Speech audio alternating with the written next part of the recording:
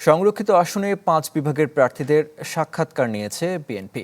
প্রথম দিন প্রায় ৪০০ প্রার্থীর সাক্ষাৎকার নেন বিএনপির চেয়ারম্যান তারেক রহমান ছাড়াও স্থায়ী কমিটির সদস্যরা। বিএনপির যুগ্ম মহাসচিব রিজভী বলেন, প্রার্থী বাছাই বিগত আন্দোলন সংগ্রামে যাদের অবদান রয়েছে তাদের বিবেচনায় রাখা হবে।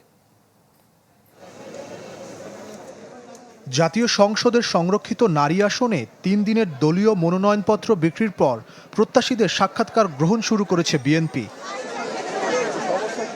দুদিনের এ সাক্ষাৎকার পর্বের সভাপতিত্ব করছেন প্রধানমন্ত্রী ও বিএনপি চেয়ারপারসন তারেক রহমান। মনোনয়ন বোর্ডে ছিলেন দলের স্থায়ী কমিটির সদস্যরাও। সাক্ষাৎকারের প্রথম দিনে খুলনা, বরিশাল, ফরিদপুর, রাজশাহী ও রংপুর বিভাগ থেকে প্রায় 450 নারী প্রার্থী অংশ নেন। সাক্ষাৎকার শেষে সংরক্ষিত নারী আসন প্রত্যাশী প্রার্থীরা বলেন, সংসদে যাওয়ার বিষয়ে তারা আশাবাদী। ভবিষ্যতে নারীসহ সাধারণ মানুষের জন্য কাজ করার প্রত্যাশা ব্যক্ত করেন তারা। আমার ইচ্ছা আছে মানুষের সাথে, গণমানুষের সাথে মিশে গিয়ে কাজ করার। এই দৃঢ় মনোবলটা আমার কাছে আছে। পিছিয়ে পড়া, বঞ্চিত, অবহেলিত নারীদের নিয়ে আমি কাজ করতে চাই।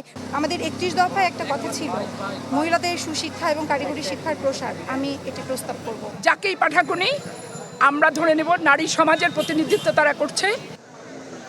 এ সময় বিএনপির যুগ্ম মহাসচিব বলেন, সংরক্ষিত নারী আসনে প্রার্থী বাছাইয়ের ক্ষেত্রে আন্দোলন সংগ্রামে যাদের অবদান রয়েছে তাদের অগ্রাধিকার দেওয়া হবে।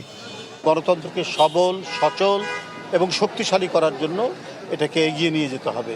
সেই ক্ষেত্রে মহিলারা যে অবদান রেখেছে বিগত 15-16 বছরের আন্দোলনে, 17 বছরের আন্দোলনে, নিঃসন্দেহে তাদের সেই অবদানকেও মূল্যায়ন করা হবে।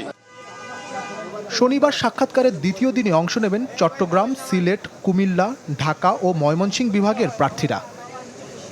ইমতিয়াজ মাহমুদ, চ্যানেল 24, ঢাকা।